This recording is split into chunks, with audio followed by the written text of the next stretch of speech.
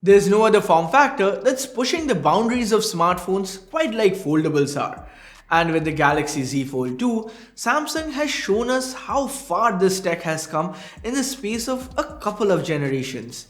Hey guys, Amartya here from C4E Tech, and this video is all about the new Galaxy Z Fold 2. So if you do end up finding it interesting, then please consider subscribing and turning on notifications by hitting that bell icon.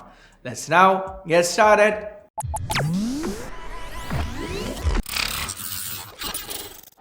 Now, I was one of those people who didn't get my hands on the first Galaxy Fold. Not because I wasn't interested in folding tech, but because the Galaxy Fold didn't make sense to me. The screen up top was too small to comfortably use as a phone, the tablet view had a giant notch, the build was too fragile. You guys get the point, right?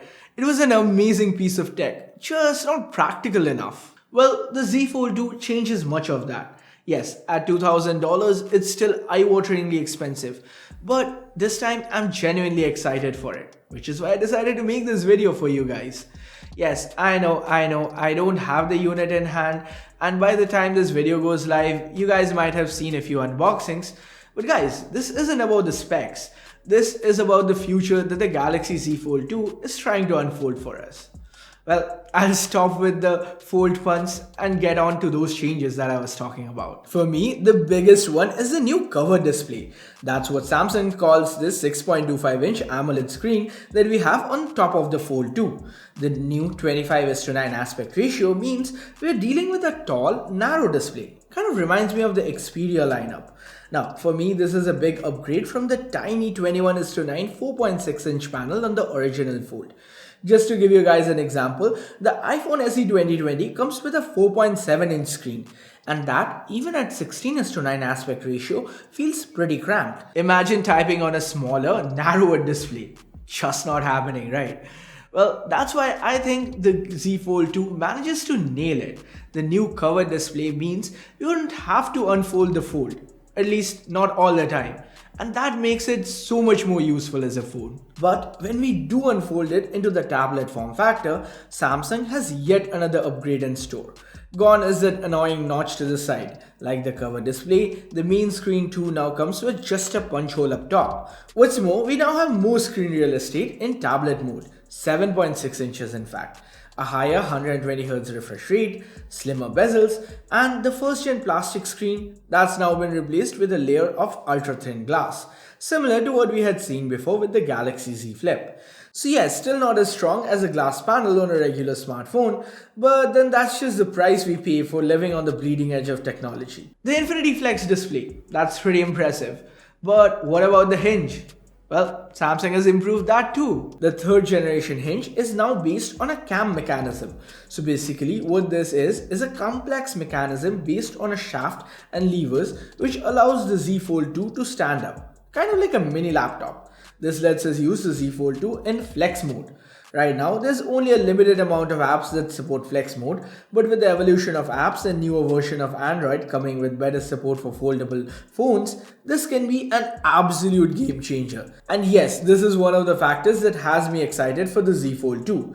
The software seems to be catching up with the hardware, and now we have cool new ways apps can take advantage of this folding design.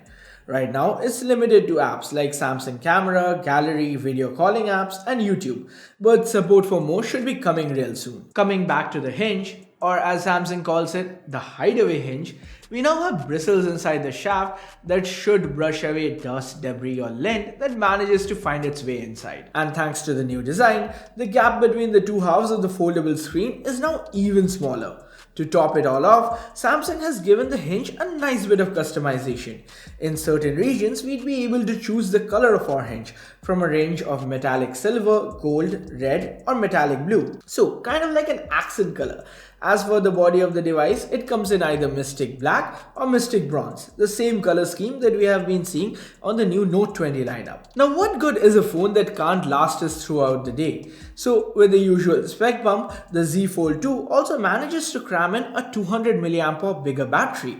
The 4500 mAh unit inside the Z Fold 2 comes with support for 25 watt fast charging, wireless charging as well as reverse wireless charging, which then leaves us with the rest of the specs.